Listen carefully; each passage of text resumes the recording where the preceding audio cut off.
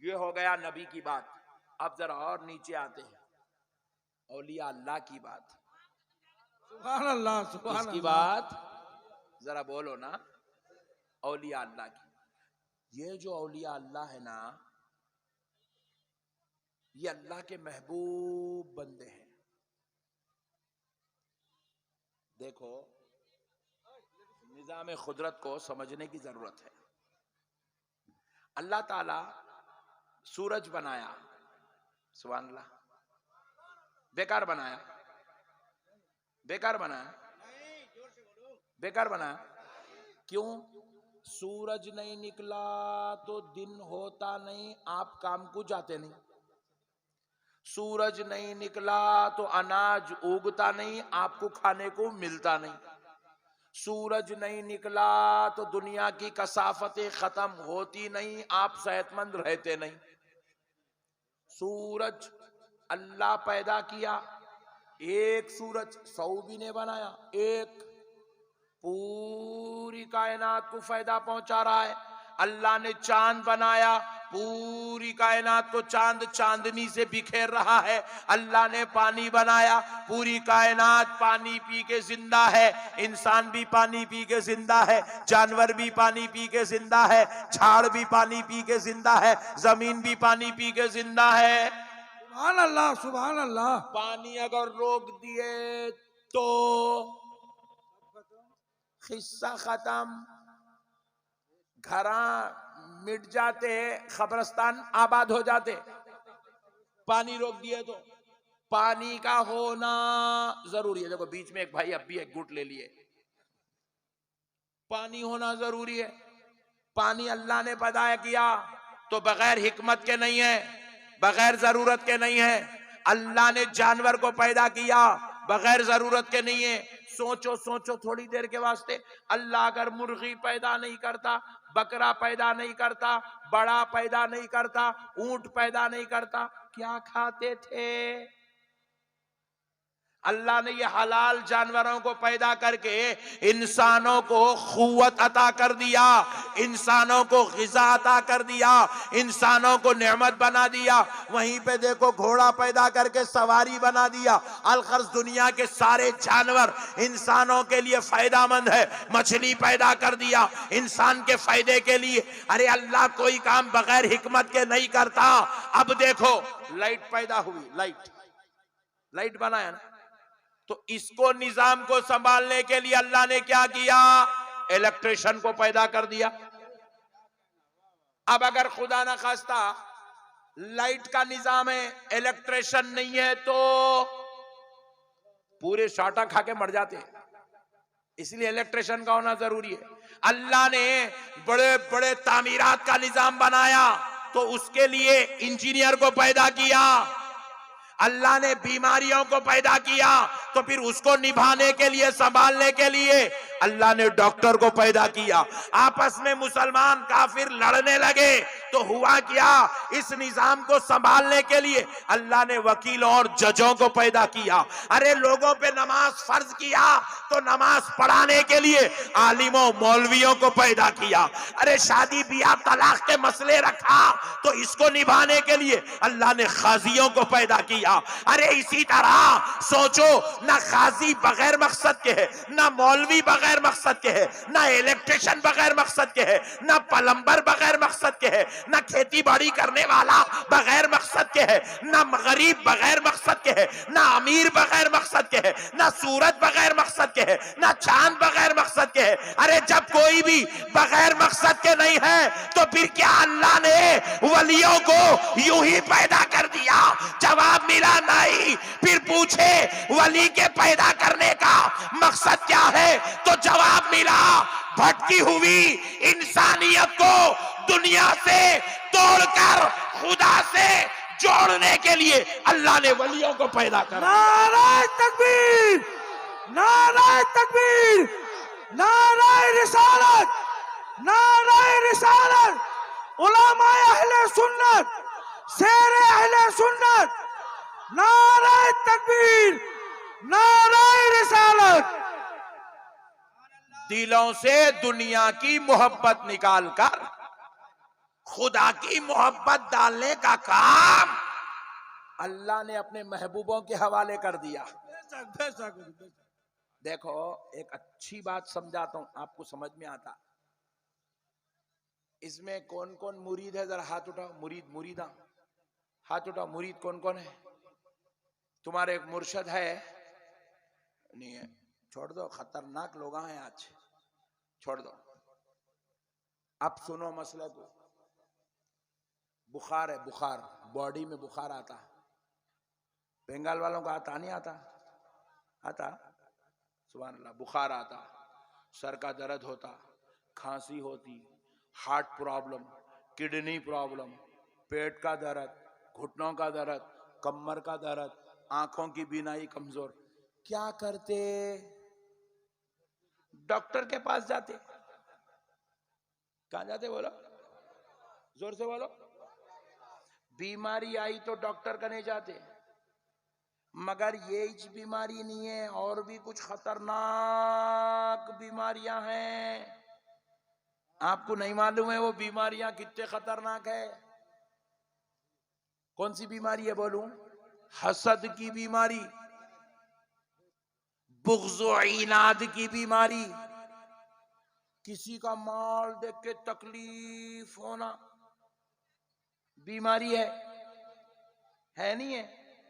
अब आप अच्छी गाड़ी लेके जा रहे हो, इसकी माँ का चोर मारूं, गाड़ी लेके जा रहा भाई, आप ना उसको हारन मारे ना उसको कुछ बोले नहीं करे नहीं, आपकी कार को देख के उसके दिल में पक पक पक पक पक पक पक चली, जलन हो रही उसको, जलन। ये बीमारी है।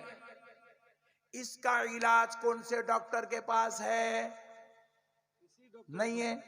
ना कोई एमबीबीएस इसका इलाज करेगा, ना कोई एमडी इसका इलाज करेगा, ना कोई कार्डियोलॉजी इसका इलाज करेगा, ना कोई और तबीब इसका इलाज करेगा, ना कोई हकीम इसका इलाज करेगा, ना होम्योपैथी में इसका इलाज है, ना एलोपैथी में इसका इलाज है, ना नेचुरोपैथी में इसका इलाज है। अरे सुनो, ये दिलों का हसद, ये जुबानों से चुगलियां बयान करना, ऐब बयान करना, लोगों को ताने मारना, झूठ बोलना, लोगों के ताल्लुक से तोहमतें लगाना, इल्जाम लगाना, ये सारी बीमारियां हैं। क्या ये? किसी की बीवी पे इल्जाम लगा दिया, इसकी बीवी का चक्कर उसके साथ चल रहा, ये तोहमत लगा दिया, इल्जाम लगा दिया, झूठ कर दिया, बोहतान बांध दिया। बताओ, ये जुबान से निकले हुए जुमले, जिसको झूठ बोला जा रहा है, इल्जाम बोला जा रहा है, तोहमत बोला जा रहा है, बोहतान बोला जा रहा है, इसका इलाज कौन से हॉस्पिटल में है? बंगाल का वो कौन सा हॉस्पिटल है बताओ, जिसमें इसका इलाज किया जाएगा कि जुबान से ऐसा इंजेक्शन दो कि कल से वो तोहमत लगाना छोड़ दे, इल्जाम लगाना छोड़ दे, झूठ बोलना छोड़ दे। अल्लाह की कसम, किसी दवाखाने में झूठ बंद करने की दवा अब तक पैदा नहीं हुई। कोई साइंटिस्ट आज तक हसद की दवा पैदा नहीं करा, जलन की दवा पैदा नहीं करा, चुगली की दवा पैदा नहीं करा, गीबत की दवा पैदा नहीं करा, ताना व तंज की दवा पैदा नहीं करा। ये ऐसी बीमारियां हैं, ना किसी डॉक्टर के पास इसका इलाज है, ना किसी दवाखाने में इसका इलाज है, ना किसी तबीब का ने इसका इलाज है, ना किसी हकीम का ने इसका इलाज है, ना किसी मेडिकल में इसकी दवा है, ना किसी साइंस में इसकी तहकीक है। सुन लो मुसलमानों, ये बीमारियां ऐसी है। अरे बुखार आया, गुनाह माफ होते हैं, हार्ट आया, गुनाह माफ होते हैं, अरे ठोकर लगी, गुनाह माफ होते हैं, तकलीफ हुई, गुनाह माफ होते हैं।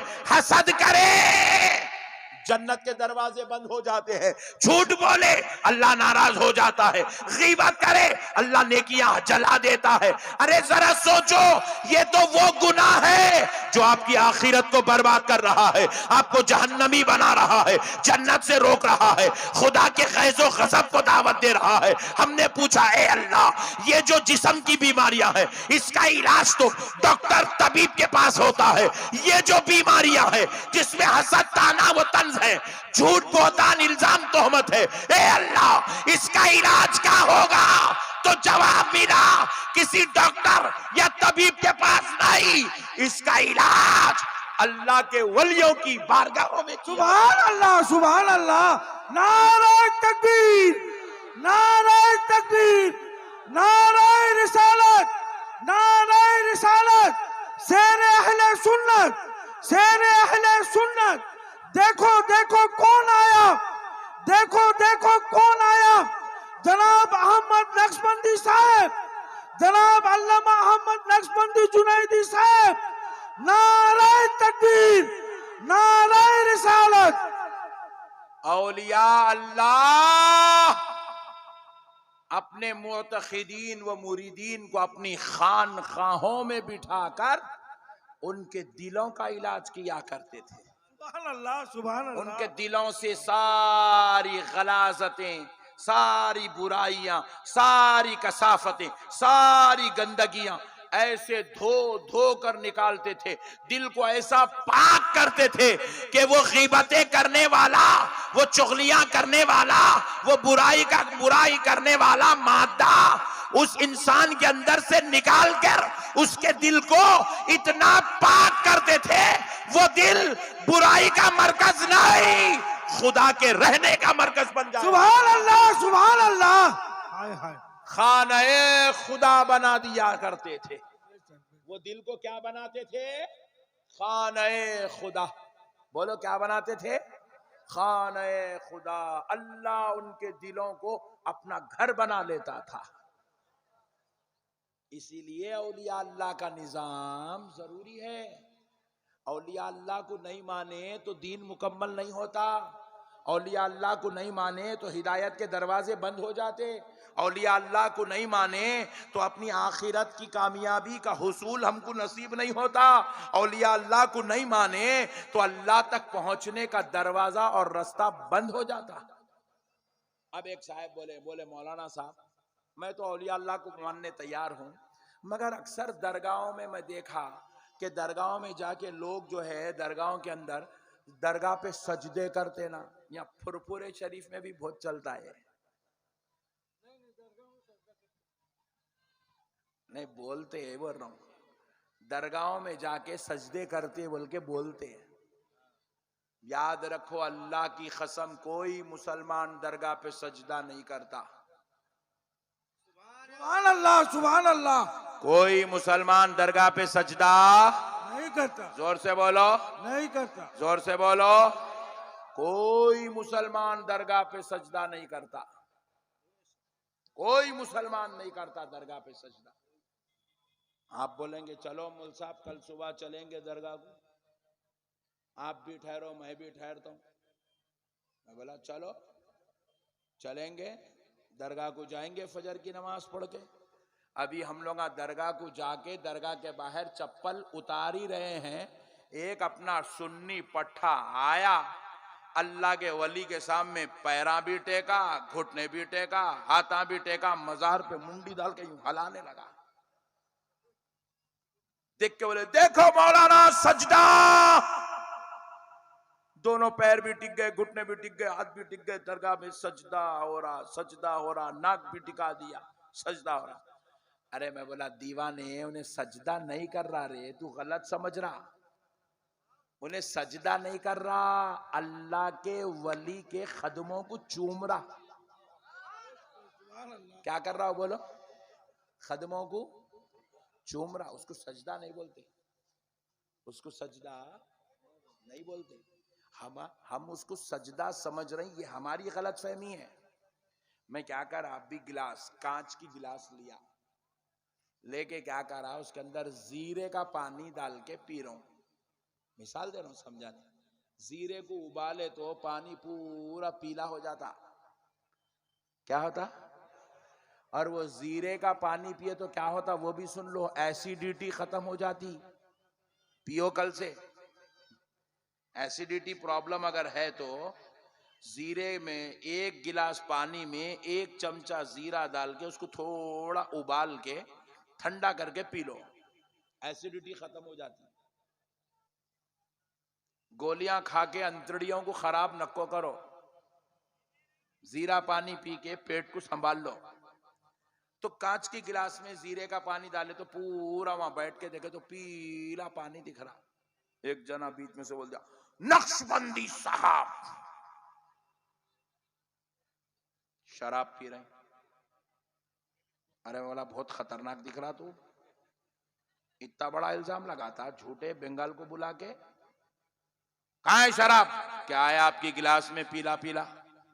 मैं बोला अरे हौले, हर पीला दिखने वाला शराब नहीं होता। सुभान अल्लाह।